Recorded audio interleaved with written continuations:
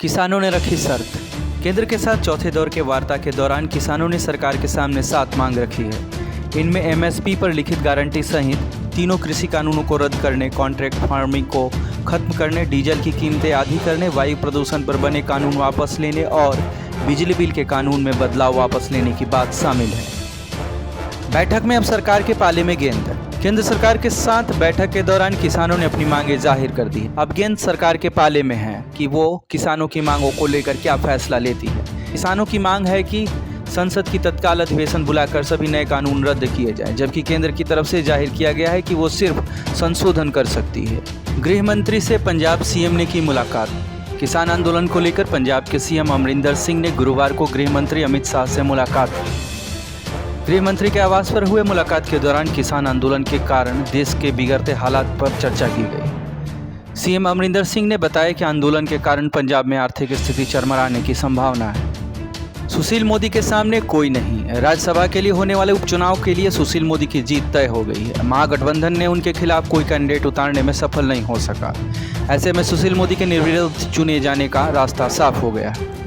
गौरतलब है कि पूर्व केंद्रीय मंत्री रामविलास पासवान के निधन के बाद उक्त सीट खाली हुई थी, जिस पर फिर से चुनाव कराए जा रहे हैं। प्रकाश सिंह बादल ने लौटाया पद्म विभूषण। कृषि कानूनों के विरोध में दिल्ली हरियाणा बॉर्डर पर किसानों के आंदोलन का आज 8वां दिन है। पंजाब के पूर्व सीएम और अकाली दल के नेता प्रकाश सिंह बादल ने किसानों के समर्थन में पद्म विभूषण लौटा दिया है। बादल को 2015 में पद्म विभूषण मिला था। प्रथम राष्ट्रपति को देश ने किया याद।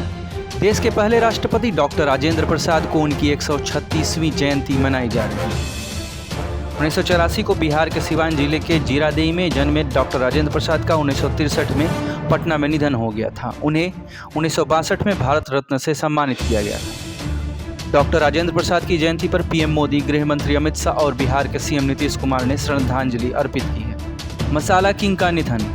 देश की सबसे बड़ी मसाला कंपनी एमडीएच के संस्थापक धर्मपाल गुलाटी का गुरुवार सुबह दिल का दौरा पड़ने से निधन हो गया। गुलाटी 98 साल के थे। विभाजन के दौरान पाकिस्तान से आए गुलाटी 1959 में कंपनी की शुरुआत की थी। आज कंपनी का कारोबार विश्व के कई देशों में फैला हुआ है। भोपाल गैस त्रासदी के 36 साल। 1984 में भोपाल गैस त्रासदी के 36 साल पूरे हो गए। 3 दिसंबर को भोपाल के यूनियन कार्बाइड फैक्ट्री के प्लांट नंबर सी के टैंक नंबर 610 से लीक हुई मिथाइल आइसोसाइनेट ने हजारों परिवारों को तबाह कर दिया था। उस त्रासदी के कारण हजारों लोगों की रातों रात मौत हो गई थी। विश्व में इससे बड़ी घटनाओं में शामिल किया गया है। कोरोना वैक्सीन फाइजर का भारत में लाभ नहीं। ब्रिटेन में कोरोना वैक्सीन फाइजर को अप्रूवल मिलने के बाद जहां विश्व ने राहत की सांस ली है, लेकिन भारत के लोगों को हाल फिलहाल इसका लाभ नहीं मिलेगा। कंपनी की तरफ से कहा गया है कि भारत के साथ वैक्सीन को लेकर कोई बात नहीं की गई है। साथ ही वैक्सीन के स्टोरेज के लिए भारत के पास फिलहाल उस तरह के इंतजाम नहीं है। नाटो ने माना चीन दुनिया के लिए खतरा। नाटो ने चीन को आने वाले दशक में दुनिया के लिए खतरा बताया है। नाटो के एक्सपर्ट ग्रुप की report United for a new era में इसका जिक्र किया गया है। रिपोर्ट के अनुसार चीन को विस्तारवादी सत्ता के लिए लोकतंत्र को खुली चुनौती देने वाला देश बताया गया है। भारत लंबे समय से चीन को विस्तारवादी वाला देश बताता रहा है। क्रेडिट कार्ड जारी करने पर रोक। रिजर्व बैंक के एचडीएफसी बैंक पर क्रेडिट कार्ड जारी करने पर पाबंदी लगा दी है। आरबीआई ने एचडीएफसी के डेटा सेंटर में पिछले महीने कामकाज प्रभावित होने के चलते यह आदेश दिया है। बता दें कि बीते 21 नवंबर को प्राइमरी डेटा सेंटर में बिजली बंद हो जाने के चलते बैंक की इंटरनेट बैंकिंग और भुगतान प्रणाली प्रभावित हुई थी। थलाइवा की राजनीति में एंट्री तय। दक्षिण के सुपरस्टार रजनीकांत ने राजनीतिक पार्टी बनाने का ऐलान किया है। एक्टर ने 2021 का विधानसभा चुनाव लड़ने का ऐलान भी किया। रजनीकांत ने गुरुवार को कहा कि पार्टी के बारे में औपचारिक घोषणा 31 दिसंबर को की जाएगी। इससे पहले कमल हासन ने भी अपनी पार्टी शुरू की थी।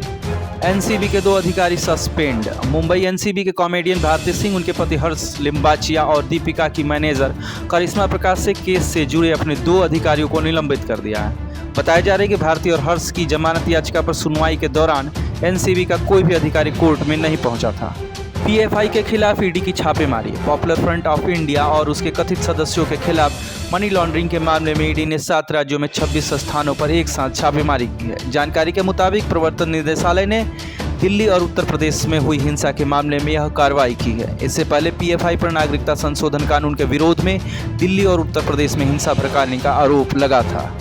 भारत ऑस्ट्रेलिया के बीच पहला T20 कल। 3 वनडे मैचों में 2-1 से पिछड़ने के बाद भारत कल ऑस्ट्रेलिया के खिलाफ पहला T20 मैच खेलने उतरेगा। इससे पहले बुधवार को तीसरे एक दिवसीय मुकाबले में रोमांचक मुकाबले में ऑस्ट्रेलिया को 13 रनों से शिकस्त दी थी। इस जीत के बाद T20 मैच में भारत की टीम बुलंद हौसले के साथ उतरेगी।